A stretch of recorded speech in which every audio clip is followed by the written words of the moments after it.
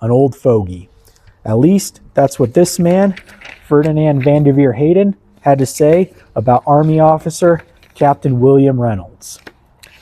Hayden, while trained as a medical doctor, his true passion was geology, so much so that the Native Americans nicknamed him the man who picks up rocks running. Hayden signed on with Reynolds in 1859 as the chief naturalist on his expedition to the American West. The expedition left St. Louis in 1859, in May 1859, aboard the steamboat Spread Eagle, following the Missouri River up to Fort Pierre, South Dakota. From Fort Pierre, they followed the Missouri to the Cheyenne River, and then followed the Cheyenne River's North Fork, better known as the Belle Fourche, into what is now Wyoming.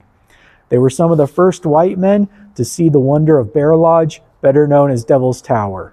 It was around this area that Hayden took off on his own side expedition to the Wolf Mountains of Montana. Reynolds did not approve of Hayden tramping off through the wilderness on his own and ordered him to stay with the group, thus prompting Hayden to call him an old fogey.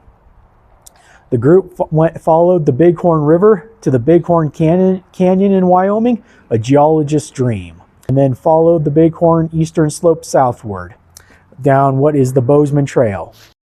But that's a story for another time. Arriving at Platte Bridge Station, modern-day Casper, Wyoming, they followed the Platte River to Deer Creek Station, modern-day Glen Rock, Wyoming. Here, Captain Reynolds decided to winter, but Hayden, not wanting to miss out on the wonders the West had to offer, took the opportunity to go off on 4 different side expeditions. First, shortly after arriving at Deer Creek, he continued down the Platte River into Nebraska. His second expedition after returning to Deer Creek, he went back up the Platte River, this time following the Oregon Trail into the Sweetwater country. For his third expedition, in February, Hayden traveled southward into Colorado, all the way down to the Arkansas River. He marveled at Pikes Peak and Long's Peak. After returning to Deer Creek in April, he set off for his 4th trip, this time to the Snowy Mountains and Laramie Plains.